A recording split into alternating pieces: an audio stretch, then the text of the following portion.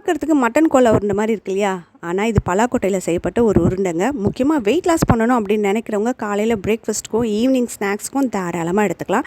இதை எப்படி செய்யணும் அப்படின்னு பார்த்தீங்கன்னா, பலாக்கொட்டை கூட கொஞ்சம் தண்ணியும் உப்பும் சேர்த்து குக்கரில் ஒரு 10 விசில் வச்சு எடுத்துக்கணும். அதுக்கப்புறம் அதோட தோல் உரிச்சிட்டு சின்ன சின்னதாக கட் பண்ணி எடுத்து வச்சுக்கோங்க.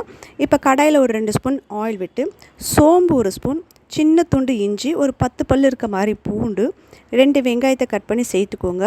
4 பச்சை மிளகாவும் கட் பண்ணி சேர்த்துக்கோங்க. கொஞ்சமாக கருவேப்பிலை சேர்த்துட்டு நல்லா வதக்குங்க.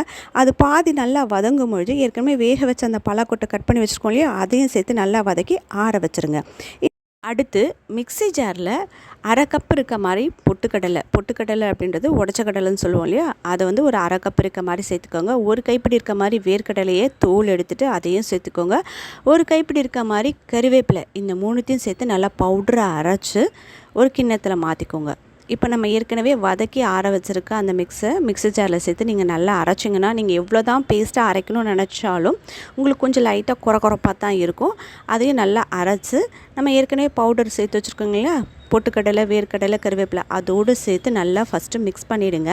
இதில் எந்த இடத்துலையுமே நம்ம தண்ணி யூஸ் பண்ணாததுனால எண்ணெய் உங்களுக்கு அவ்வளோவா குடிக்காது. ஆனால் தண்ணி மட்டும் நீங்கள் தெளிச்சிட்டிங்க அப்படின்னா கண்டிப்பாக எண்ணெய் நிறைய குடிச்சிடும். அதனால் நான் சொன்ன மெத்தட்லேயே நீங்கள் ஃபாலோ பண்ணுங்கள். இப்போ இதை நல்லா உருண்டைகளாக விட்டு எண்ணெயில் பொரிச்சு நீங்கள் எடுத்துட்டிங்கன்னா சூப்பரான பலாக்கொட்டை உருண்டை ரெடி ஆகிடும். கண்டிப்பாக நீங்கள் வீட்டில் ட்ரை பண்ணி பார்த்துட்டு எப்படி இருக்குது அப்படின்றத கமெண்ட்டில் சொல்லுங்கள்.